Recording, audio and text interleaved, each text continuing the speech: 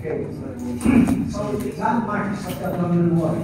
You can see the red line there bilaterally. Okay. So it starts with the margin of the thoracic cage, going to the iliac bone and then to the pubic bone. So likewise when we do.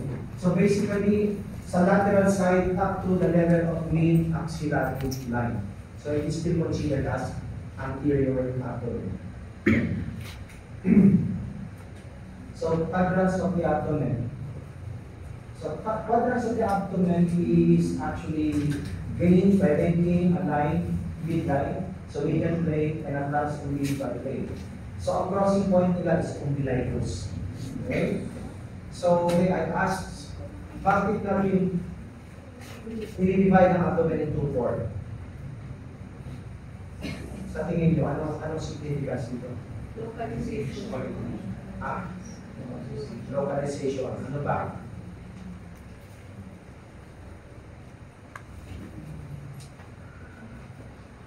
Wala. Matahimik ito ba? Tapos kaya natahimik na nagtatanong ako. For pain assessment. Nandun na, tama kayo dun sa localization. Ano ba?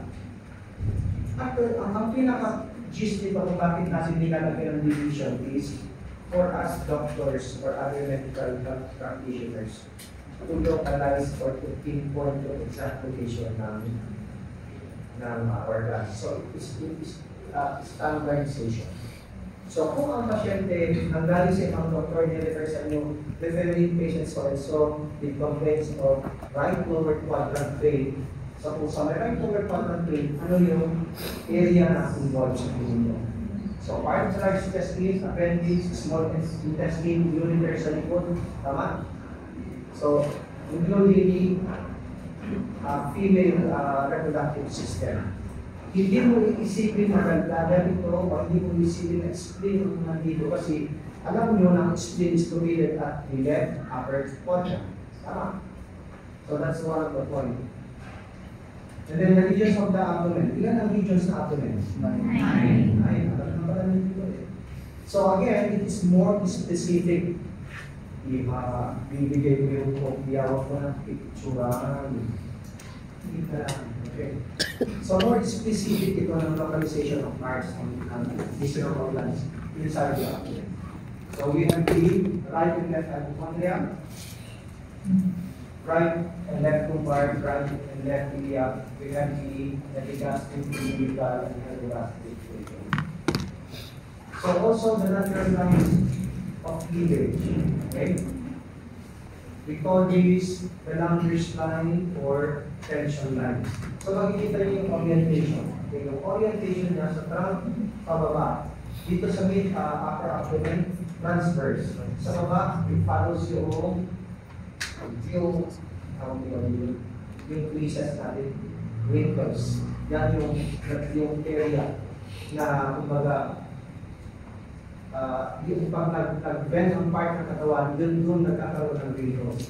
Ang purpose nito is for surgical planning. Okay. If you do a surgery that is going against doon sa line na yun, chances are malaki, malapad ang pekla. Okay, but if you follow yung lines ito, itong Langer's line na to, chances are mas maganda ang prosthetic. Pansinin nyo yung mga nagpapa-opera, yung mga matatanda, nagpapatanggal ng iPad, blepharoplasty. Pansinin nyo, hindi nyo nakikita yung pekla. Kasi we follow the line of retention line, or yung Langer's line. So here, sa slide na to, you will see may mga incisions that doesn't follow yung Langer's line. For example, itong paraninja. Diba? O sa appendix, kuminsan, dito. Usually, ang incision namin dito is transverse or itong oblique. But at times, we do incision na parang hindi yan diretso pababa. It goes against the Langer's line. Ang reason naman dito is that mas preferable na na-expose natin yung ino-operahan kesa yung cosmetic result. Maganda ang pekla, patay ng yung pasyente. Diba? Okay, so yung outcome ng operation is more given ng attention compared dun sa cosmetic. So, however, if you are a cosmetic surgeon, iba ang physical. You follow the ladders na. So let's go to the layers of the abdomen. So we have the skin, superficial fascia, which is transverse fascia, and then deep fascia is carpus fascia, and then the muscles. Rectus abdominis is located medially. Hindi siya along sa layer nitong external oblique, internal atlas versus abdominis. They are found on the lateral side of the abdomen. And last layer is the perital periton. Sorry po. Ganyan yung abs ko dati, bago pa nasabi. Anyway, ang skin is loosely attached to the underlying structure. However, it is only fixed at the area of the umbilicus. Kasi ang umbilicus is a scar. Okay? Ang umbilicus came from what? It is located along the linea alba. Tama? Sino sa inyo ang pusod na sa tagiliran? Nagiging ng Chris. Wala siguro na. May makikita kayo mamaya. Okay. So ito, layers of the abdominal wall. We will start with the skin, superficial, transverse fascia, and layer, muscle, external oblique. So here, on this side, makikita ninyo yung skin, and then ito na yung transverse fascia at saka yung carpus fascia. Transverse fascia is more superficial than the carpus fascia. Okay. Ang transverse fascia, it can be as thick as 8 inches or more, depending kung ano kalakas kumain niya dyan, yung pasyente. Okay? So yung carpus fascia, membranous layer yan. So parang pinaka-fat sa abdomen is yung transverse fascia. Okay? So, ito yung layer ng skin. Abdomen pala. This is the skin, ito yung transverse fascia, and then yun yung membranous layer of this carpus fascia. After this, dito sa lateral side, ito na yung external oblique. Yung orientation ng fiber ng external oblique is going down. Okay? Oblique going down. Mamaya we will discuss the origin and insertion. So, going deeper, makikita namin yung ngayon itong internal oblique. The internal oblique naman is pointing upward, yung fibers na. Okay? And it has fascia, okay? Aponeurosis, it goes into the midline and they attach into the linea alba. Ang linea alba, pag nag-opera kayo, makikita nyo ito, iniwan sa gitna, it's a white membranous na structure. Walang muscles yan. So yan ay parang meeting point ng right at left na aponeurosis. Okay? So itong edge na to, this is the edge of the anterior rectus shield. So nakakover yan sa rectus abdominis muscle. So this is the rectus abdominis muscle. Makikita niyo it is medially located. Hindi siya dito sa side. Yung tatlong flat muscles are all located at the lateral side. So nandito ang transversus abdominis, ang external oblique, internal oblique. Okay? So ito yung 6 lines natin. Dati. Okay. And then going a little bit deeper, you can see now the neurovascular supply of the abdomen. Sa midline, ang blood supply is coming from the inferior and superior gastric. It is located between the posterior rectus shield and the rectus abdominis muscle. Okay. So pag nag-opera kami ng appendicitis, pag binubuksan namin dito sa side na to, usually, etong area ito ay nasusugat, nagdudugo. Okay. Medyo bleeder yan kasi malapit siya dito sa origin, which is the external iliac artery. Tama?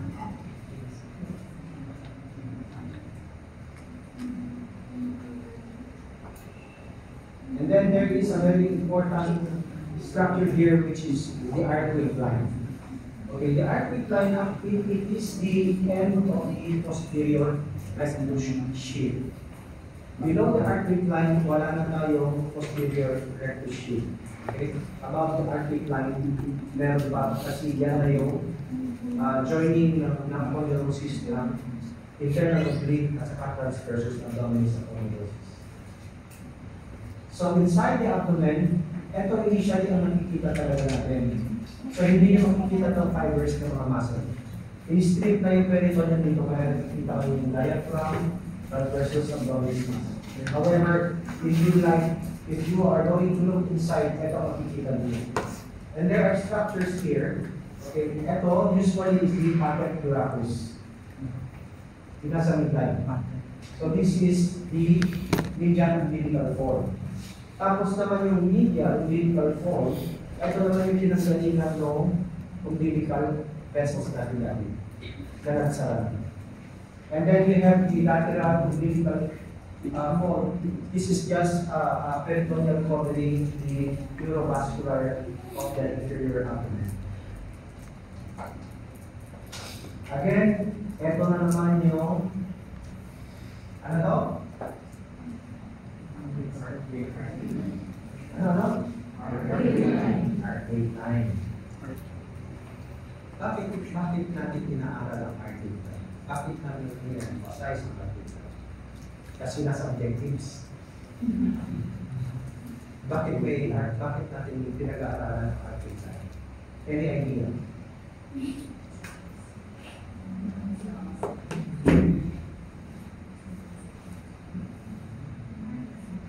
Come on. Kahit mali, sumunod. Okay. Sirit na ang arcade. The arcade line per se, hindi siya significant. Yung structure below it kasi, makikita nyo there, wala nang posterior rectus sheath. So it's a point of weakness. Mas. So ito yung area na pinagagalingan palagi ng hernia. Okay? Yung inguinal hernia, okay, incisional hernia. So dito nang gagaling kasi nga, pag hiniwa mo to at hindi mo na isara ng gusto yung anterior rectus sheath, chances are mapupunod ang peritoneum and it's going to be an incisional hernia. So this is a transverse section of the abdominal wall. Above the arcade line, and this is below the arcade line. Ano ang napapansin yung difference between the two? Posterior rectus sheath. Tama. Dito sa above arcade line, ito ang transversalis fascia at saka yung internal oblique, they join together to become the posterior rectus sheath. Okay? Now, pagdating below the arcade line, mapapansin ninyo, yung transversalis fascia, umakyat na siya sa anterior rectus sheath. Okay? So, what forms the anterior rectus sheath? Yan. Ito. External oblique and internal oblique. The posterior rectus sheath is made by joining the aponeurosis of internal oblique and transversalis fascia.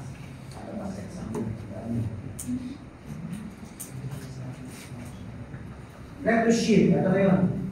Pinahihirapan yung mga mas maliwanag namin. Okay, so makikita nito, this is the anterior and this is the posterior side. The anterior side, external oblique and internal oblique, they join together to become the anterior rectus sheath. The internal oblique and then the transversus abdominis will join together to become the posterior rectus sheath.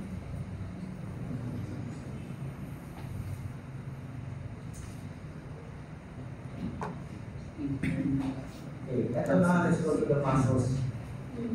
Here are the flat muscles. We have external, internal, and transversus.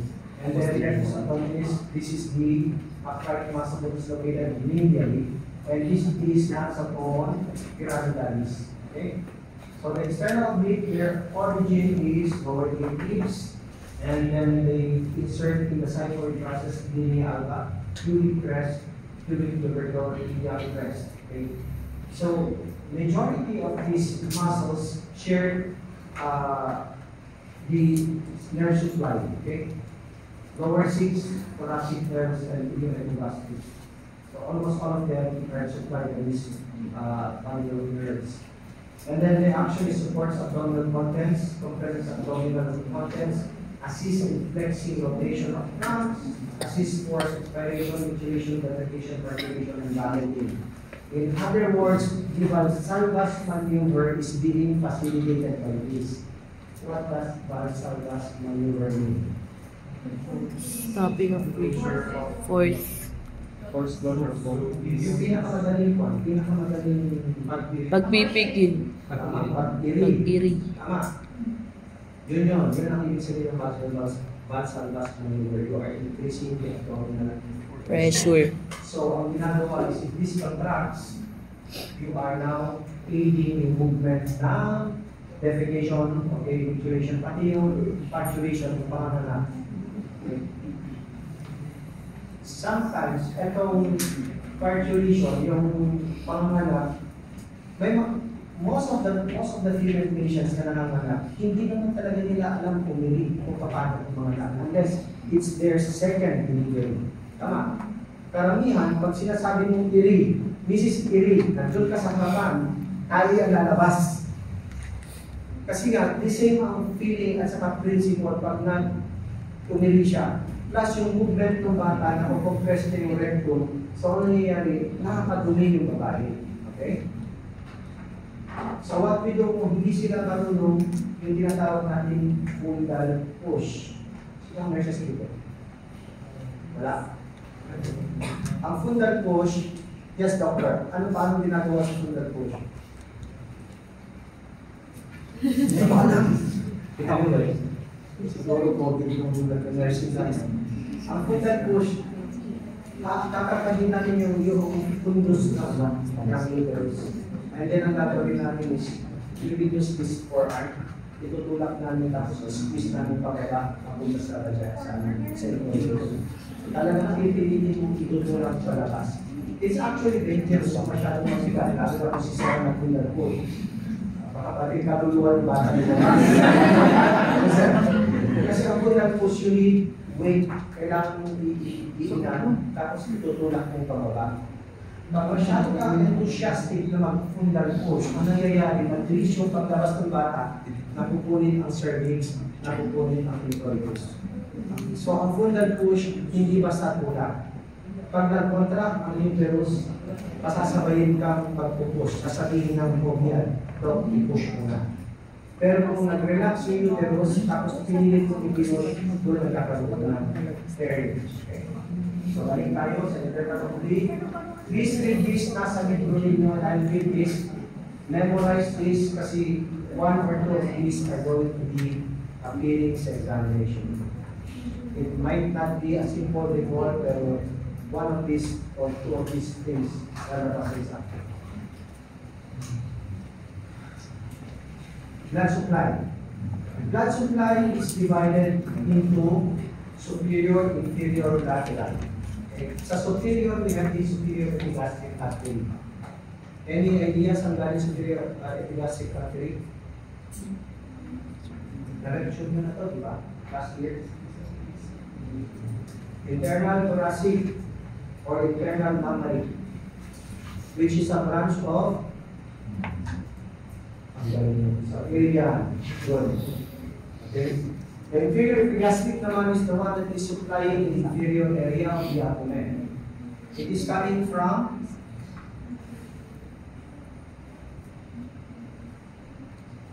saan galing? Internal or external area? Artery. External. Okay. Tapos, deep circumflex iliac artery is also a branch of the femoral. Okay. And then lower posterior intercostal arteries from 9 to 12. Okay. Branches of the aortic aorta, also the subcostal artery, subthoracic aorta din. Below the rib, it supplies the lateral and lower portion of the abdomen. So we also have the lumbar arteries. They all supply the abdomen line. They all supply the lateral side.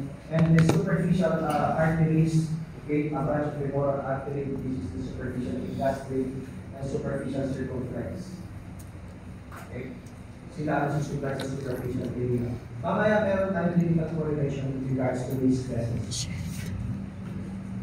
And also, I already lectured sa spinal cord. At maalaga nito, spinal nerves. Okay, so na ito. Ang importante yung matandaan ninyo is T7, T10, and L1. Okay. T7 is epigastrial. We're talking about the abdomen. T10 is umbilicus level, and L1 is the inguinal area. Okay? So pag nagtanong ako in between, ma-estimate ko na kung anong dermatomal layer. And here, this is how the nerve traverses. Mapapansin ninyo, in between the transversus abdominis at saka internal oblique, doon dumadaan yung nerve. And as it goes into the anterior area, it pushes into the muscle, tapos some goes deep and some goes superficial. That's on the level of T7 to T12. Sa level naman ng L1, mapapansin ninyo, yes, it still passes through the transversalis, transversus abdominis and internal oblique, pero it doesn't pierce the muscle anymore. Papasok na siya sa superficial. Okay? Question? Lymphatics. Anything that is above the umbilicus, it goes into the axillary lymph nodes. Anything that goes below the umbilicus, superficially in the lymph nodes, and then they go deep, eventually, so deep in the lymph nodes. Okay? Question?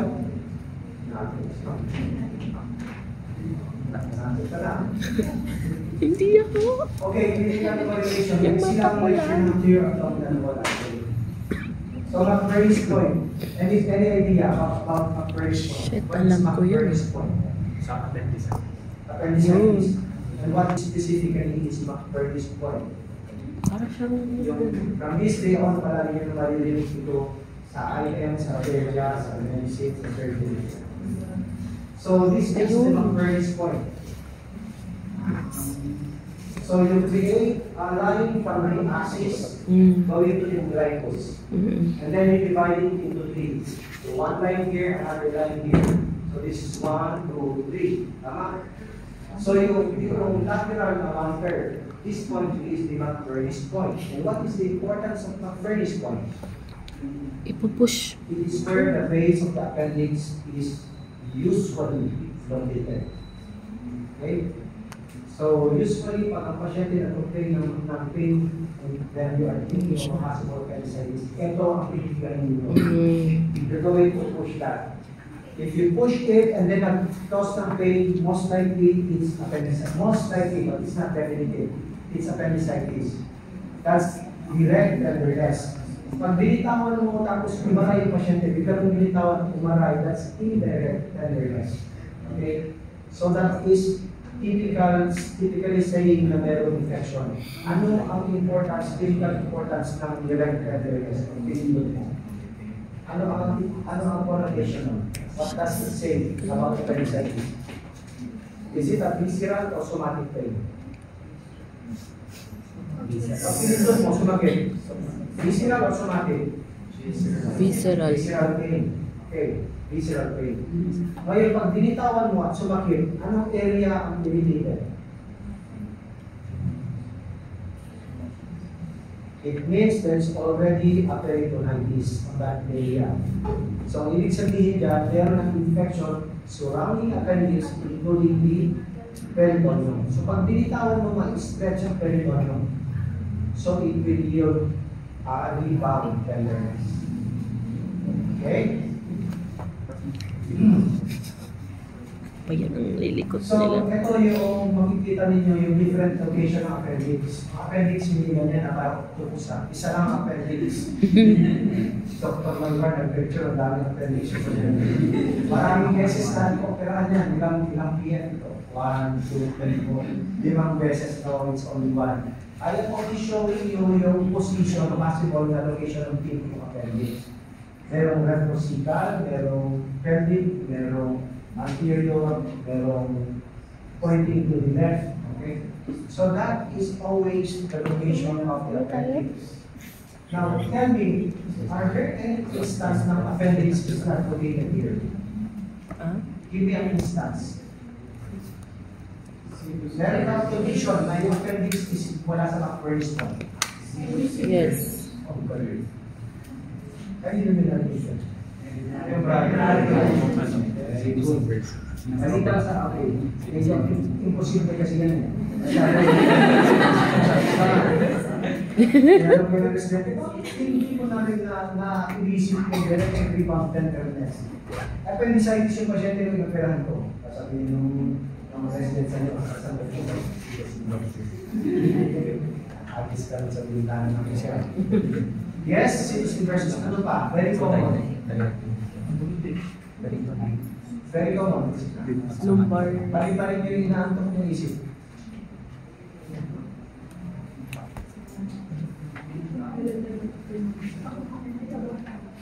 Pregnancy. Bakit? Bakit? Mas maakyat yung appendix na nasa gallbladder na. Bakit? Ba't naging ano?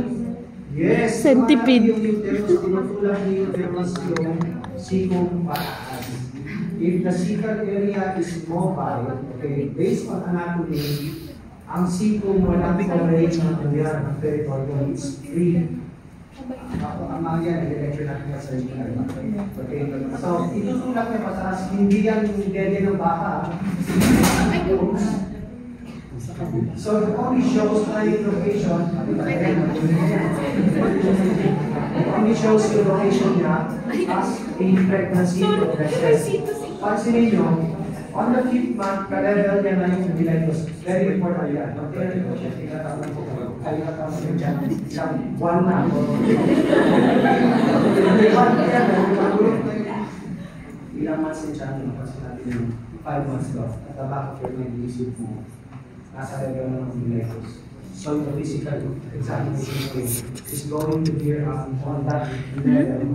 Possible pa rin. Yung situs. Huwag mong magpipilitan sa McBurn's. Hindi, yung sinabi niya. Ang galing niya sa akin. Kasi iba yung pinito. Okay, so McBurn's point, ano yung bilihan ninyo?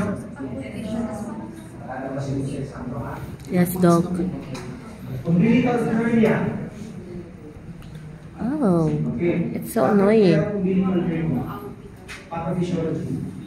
Weak. Bakit ang umbilical hernia? Sabi ng lola ko, masyadong maaming putol ng puso. Hindi kami natin. Isa naman. Nasagad. Pinakapag ko yung mga ano ba talaga ito? Hindi nagsara yung umbilical side, di ba? Inborn defect. So, ibig sabihin there's an inborn defect, hindi nagsara yung butas. It is always patent during intra-embryonic or intra-uterine. But once na pinutol na nyo yan, magsasara na. Magkakaroon na ng fibrosis yung umbilical cord. So it's going to close. Okay? So makikita ninyo, this is the parang cycle program here, no? Small intestine, kuminsan, omentum, mananggal na siya. What is an omentum? Ito yung fatty covering sa may abdomen. Okay? You will also learn about that already. And then there is also such a thing as incisional hernia. So hindi lang indirect at saka direct at saka femoral hernia. Meron tayong incisional hernia. Ang incisional hernia is a hernia that is developed after The incision. surgery. Okay, bakit nagka-hernia ng ganito? For example, ito, midline incision niya. Inahin naman ng doktor na isara naman niya ng maayos. Bakit nagkaroon ng hernia after 6 months? Natahin naman ng doktor. Oo, lahat ng lugar namin ngayon, ganyan na. Okay. Diba? Ano ang pathophysiology? Weak muscle. Weak Weak muscle. Weak? Muscle. Bakit naging weak? Ano nang tawag to?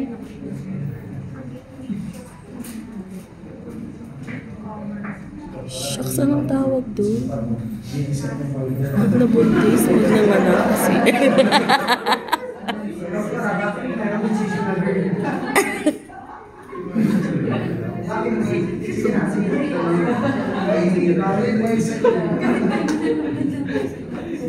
Bakit po yung seasonal?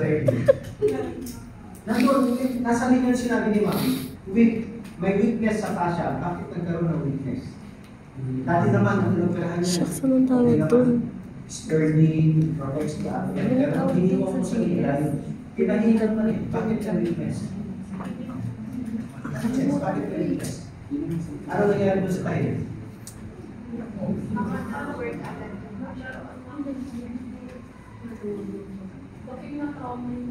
Yes, bakit na? Ano nangyari ngayon? Pagkatapos mag-trauma siya, ano nangyari? Saan ang tawag doon? Ayun! Kaya natungkol sa boyfriend ng isa. Hindi ko pala yun yan. Nagkaroon ng hiwalay. Nagkaroon ng hiwalayan dito. Okay? So bakit nagkahiwalay? May mga patient, may operahan natin, pinapirans natin ang sasabihin ng internal medicine. Meron siyang signs na pneumonia.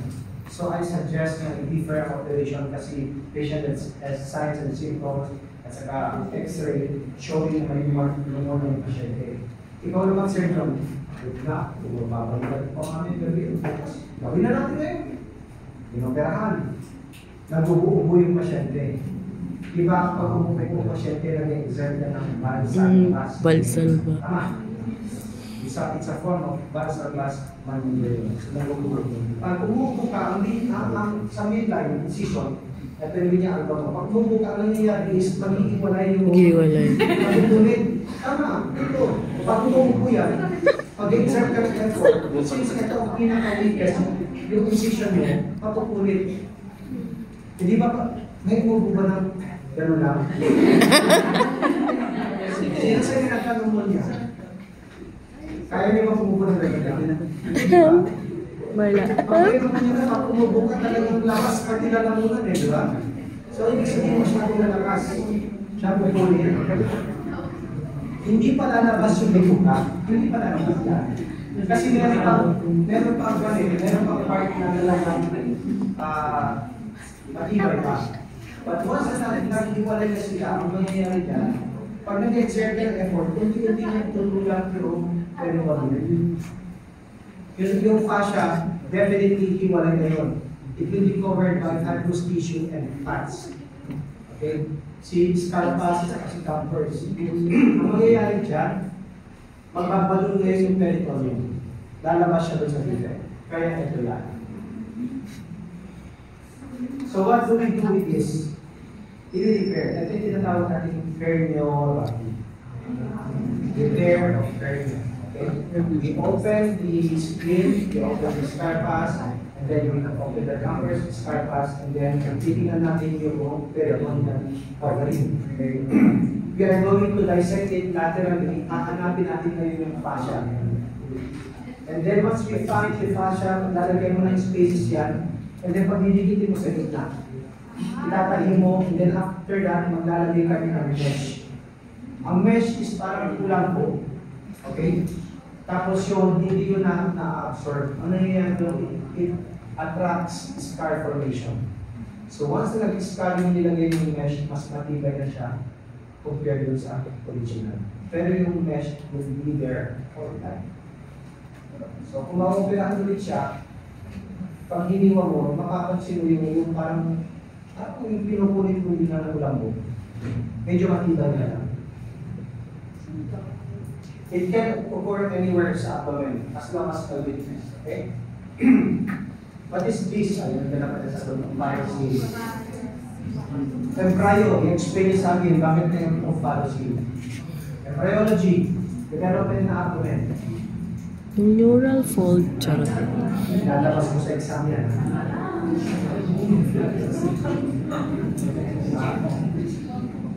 Okay? Okay, next meeting. Ang sarap ano yun, oh. I-break. Bakit mayroong parasil at saka gastrospisis? Saan part ng developmental stage na karoon ng defect? Bakit nagkaroon ng defect? So, ang parasil, yung area ng umbilicus, hindi lang sa tapos ano yung nasa loob na yan? What are these things? Yes. Intestines. Intestines. Naisasara namin ito, pero hindi yung isang naisasara, especially if the intestines are larger than dun sa capacity ng abdomen. Pag pinilit mo ipinasok yan sa loob, tinahin mo, hindi makakahinga ang bata. Bakit? Mako-compress, yes, pero ano bang breathe mga bata? Chest breather ba sila o abdominal breather? Abdominal. Abdominal breather. So pag pinilit mo pinasok yan, pagkalabas mo ng operating room, kulay violent yung pasyente.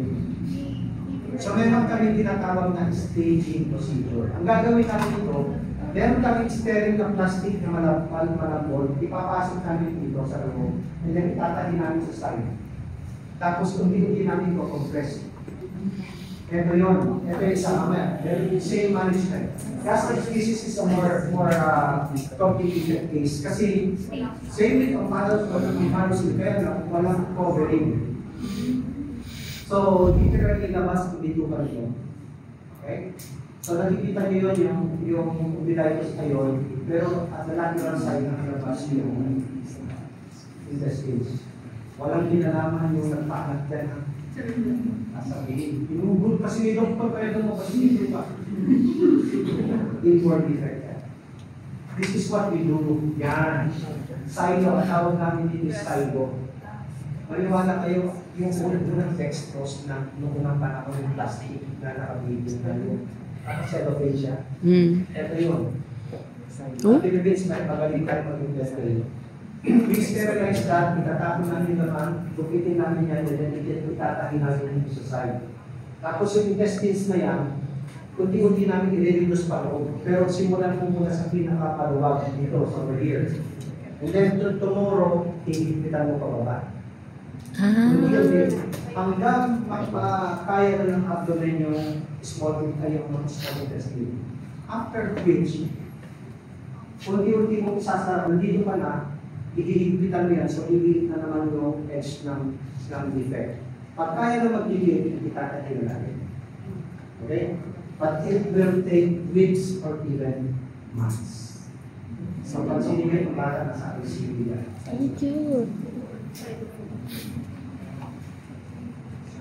Okay, diastasis. Yun. Diastasis.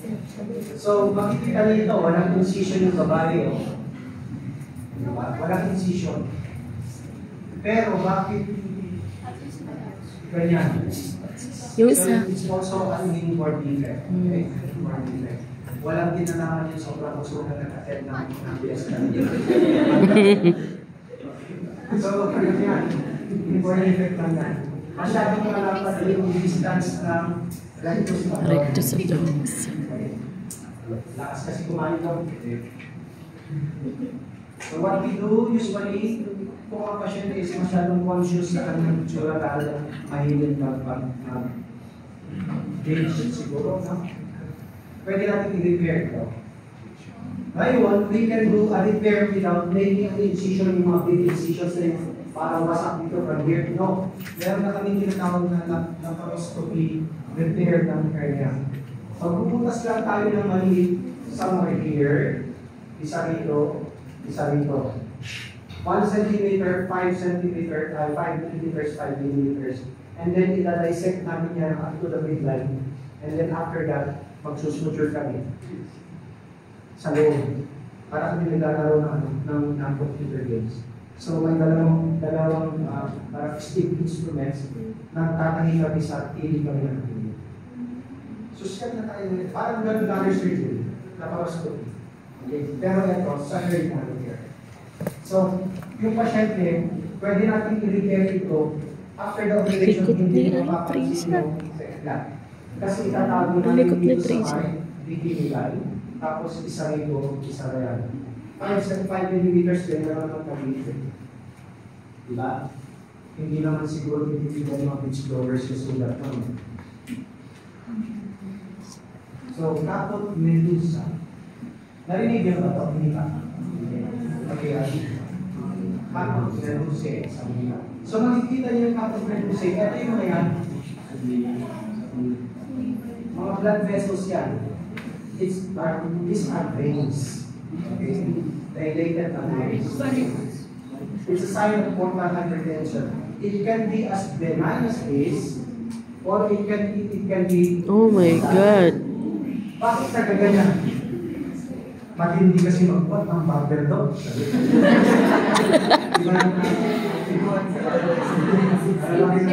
Diba? It's basically a hypertension.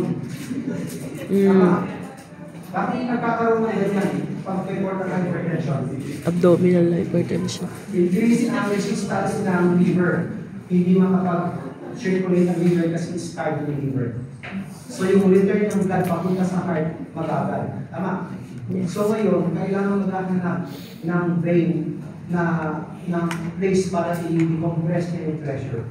So even small veins can be electrocuted to become big veins. Imagine nyo, pag-rotate kayo dyan na maglalagay na high blood. Huwag yung gagawin ha. Hindi lang breathing dito. Okay? So kahit na may pasyente kayo na attempt mag-usog na ganito o naglusugan ito, always extremities. Kasi sa extremities, pag nag-bleed yung IV nyo, you can always press it. Samantala dito, pag pinusog nyo yan, relax nyo. Kung conclusion, Doctor, what is your takeaway dito sa ating lecture? Hindi ko kailangan natin makakit. Anong natutunan? Mag-prepare kayo, tatanungin mo na. Ano? Wala ko na, no? Kasi ganyan.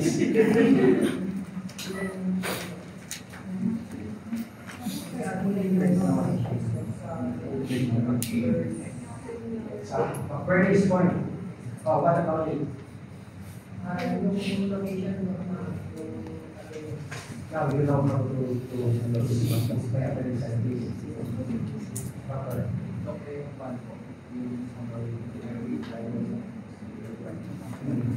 Nervous sign?